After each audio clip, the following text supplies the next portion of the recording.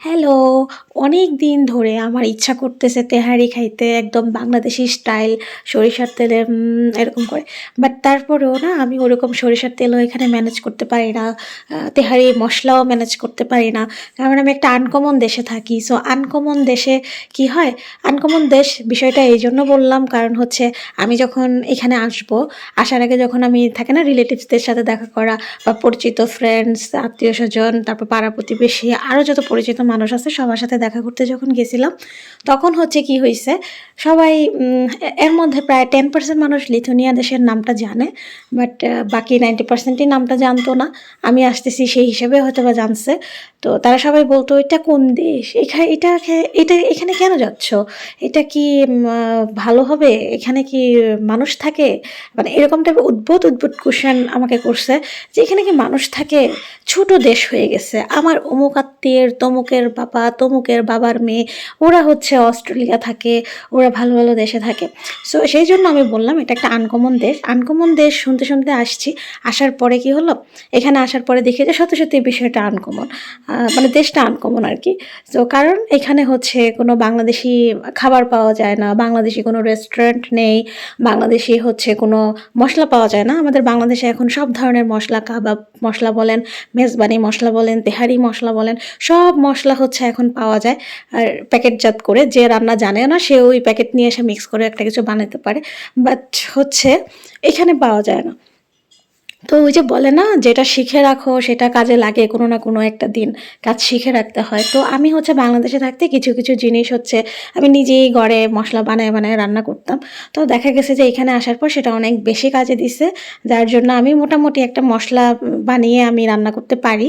But এখানে আরেকটা problem হইছে, যেহেতু এটা আনকমন দেশ, তো বাংলাদেশি মসলার ঘ্রাণ, ফ্লেভার এইসব মসলাতে খুব একটা কম, মানে খুব একটা পাওয়া যায় না আরকি, কম থাকে। আর অনেক খুঁজে নিয়ে আসতে হয়। তো আমি এখন পর্যন্ত যেগুলা পাইছি তো সেগুলাই আরকি মিক্স করে মোটামুটি একটা রান্না করে ফেলি। তো তার জন্য এরকমই একটা রান্না ছিল এটা, যে আমি এখানে ল্যাম্ব কেটে নিছি। মানে আমার হাসব্যান্ড ছোট করে কেটে দিছে।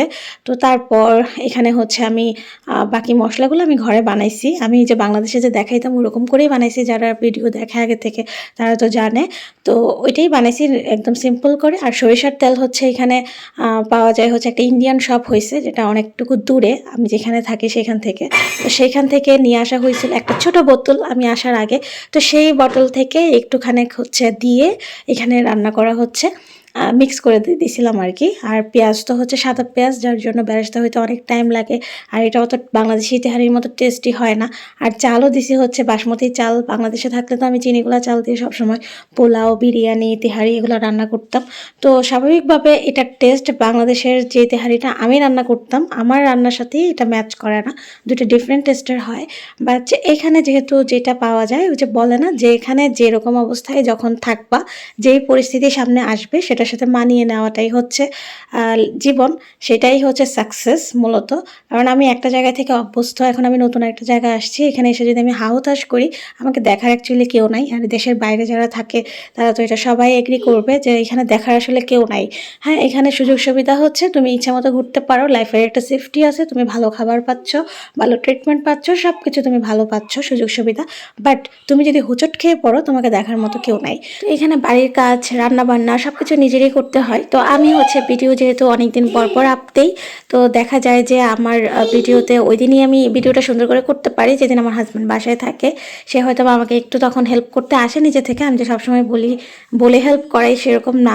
তার রান্নাবান্না ইন্টারেস্ট আছে, তো দেখা যায় যে সে সেইজন্য মাঝে হেল্প করে।